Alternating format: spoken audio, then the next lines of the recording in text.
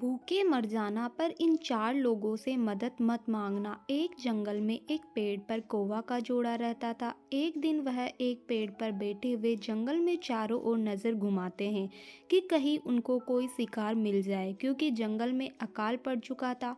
सभी जानवर और पशु पक्षी वहां से निकल गए थे। थोड़े बहुत पशु पक्षी और जानवर ही जंगल में शेष बचे थे। उस कौवे के जोड़े को एक दिन ही नहीं, कई दिन गुजर गए थे। उन्हें भोजन तक नहीं मिला था। वह दोनों भूखे बैठे हुए थे। उसी समय एक लोमड़ी एक छोटा सा शिकार का टुकड़ा लेकर आई और उसी पेड़ के नीचे बैठकर खाने लगी। उसी पेड़ के ऊपर बैठे हुए कौवे के जोड़े में से कौवी बोली, बहन, हमें बहुत दिन हो गए कुछ खाना नहीं खाया है, बहुत भूख लगी है। अगर तुम्हारी कुछ मेहरबानी हो जाए तो हमें थोड़ा बहुत कुछ मिल जाए। लोमड़ी ने मन ही मन विचार किया और ऊपर देखा। अरे वाह, पेड़ पर कौवा का जोड़ा बैठा है। फिर मन ही मन विचार किया कि यह भोजन का थोड़ा सा टुकड़ा है और इसमें से भी यह मांग रही है। लेकिन आप लोग जानते हो कि लोमड़ी हर समय कपट से भरी हुई होती है। तो लोमड़ी ने कपट भाव से कहा, अगर तू भोजन मांग रही है तो मैं तुम्हें जरूर दूंगी और इसे खाकर अपना पेट भर लेना।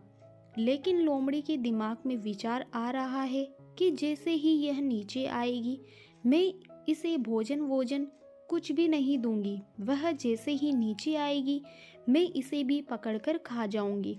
जैसे ही वह मादा कौवा उड़ने के लिए तैयार हुई, कौवे ने उसे पकड़कर बैठा लिया। अरे, तू पागल हो गई है? तू कहाँ जा रही है?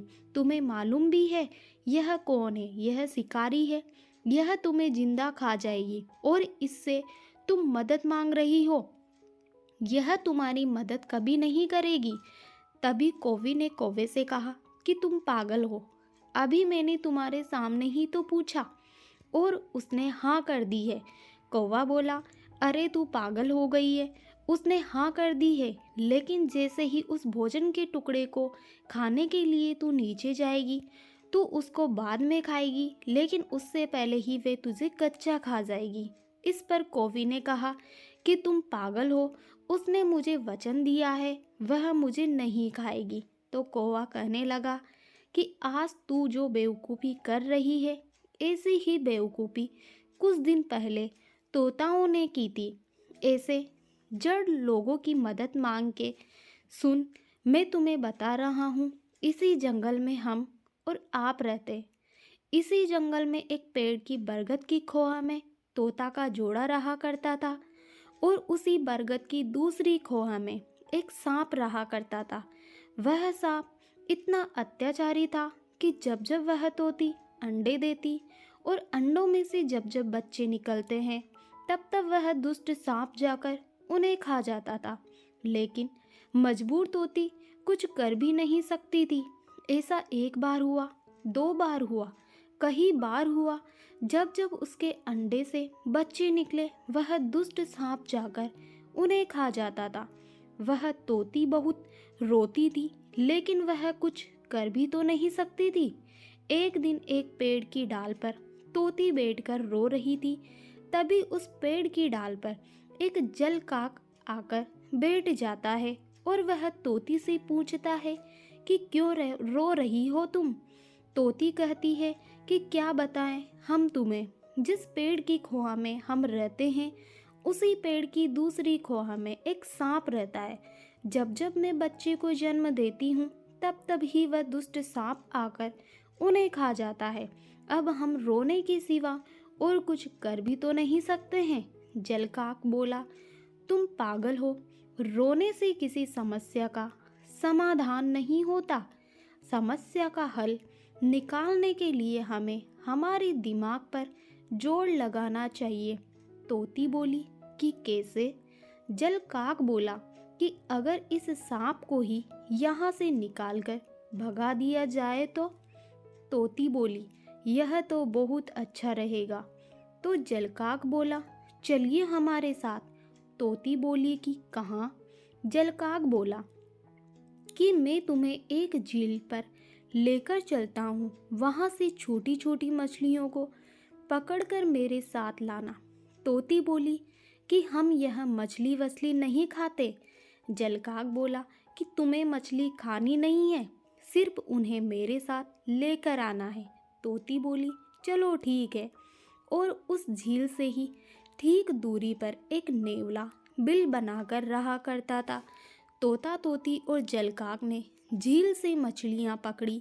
एक मछली तो नेवले के बिल पर रख दी, दूसरी मछली बिल से थोड़ी दूरी पर रख दी और तीसरी मछली और दूरी पर रख दी। इसी प्रकार तोता तोती और जलकाक ने एक एक करके सभी मछलियों को जिस पेड़ की खोह में वह सांप रहा करता था वहां तक रख दी। और कुछ समय बाद नेवला अपने बिल से बाहर निकला और उसने देखा कि उसके बिल के बाहर मछली पड़ी हुई है। वह मछली को देखकर बड़ा खुश हुआ। नेवले ने उस मछली को खा लिया और थोड़ा आगे बढ़ा। उसने देखा एक और मछली पड़ी है, उसे भी खा लिया और आगे बढ़ा। और ऐसे धीरे धीरे करके और वह आगे बढ़ता चला गया और वह वहां तक पहुंच गया जहां वह सांप रहा करता था।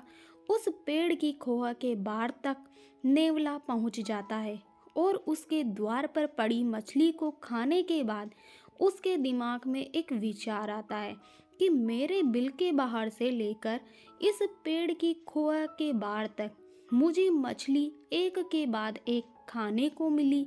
तो नेवले ने सोचा कि क्या पता इस पेड़ की खोह में भी मुझे मछली खाने को मिले। जैसे ही नेवले ने पेड़ की खोह में झांक कर देखा तो उसने सांप को देखा। आपको पता है कि सांप और नेवले की कितनी बड़ी दुश्मनी है और नेवले और सांप के बीच भयंकर युद्ध हुआ और थोड़ी देर में लड़ाई में नेवले ने सांप को मार दिया। और जैसे ही नेवले ने सांप को मारकर खोह से बाहर निकला तो नेवले का मुंह खून से सना हुआ था। यह देखकर तोता और तोती बेहद खुश हुए। तोता और तोती ने पेड़ से आवाज लगाई कि नेवला तुम्हारे को बहुत बहुत धन्यवाद। नेवले ने ऊपर देखा और कहा कि तुम कौन हो? तो उसने बोला कि मैं तोती। नेवला समझ गया यह इन्हीं की करामात है कि यह लोग मुझे यहाँ तक लेकर आए। नेवला ने कहा कि तुम दोनों मेरा ऊपर से ही धन्यवाद करते रहोगे या फिर नीचे भी आओगे। तोती जैसे ही उड़कर नीचे आई और जैसे ही नेवले के पास बैठी उस नेवले ने पकड़कर तोती को भी मार दिया। इस जगह तोता और तोती इतनी बड़ी गलती की। उन्होंने अपने एक दुश्मन से छुटकारा पाने के लिए अपने ही दूसरे दुश्मन का सहारा लिया और इसी का खामियाजा उनको भुगतना पड़ा। दोस्तों, हम कितनी ही बड़ी मुश्किल में क्यों ना हो, हमें इन 4 लोगों की कभी भी मदद नहीं लेनी चाहिए। 1, अपने दुश्मन से कभी भी मदद नहीं मांगनी चाहिए। नंबर 2, अहंकारी व्यक्ति से कभी भी मदद नहीं मांगनी चाहिए। नंबर 3, कपटी इंसान से कभी भी मदद नहीं मांगनी चाहिए। नंबर 4, नशे में धुत आदमी से कभी भी मदद नहीं लेनी चाहिए। कहानी पसंद आए तो वीडियो को लाइक शेयर, चैनल को सब्सक्राइब जरूर कीजिए। धन्यवाद।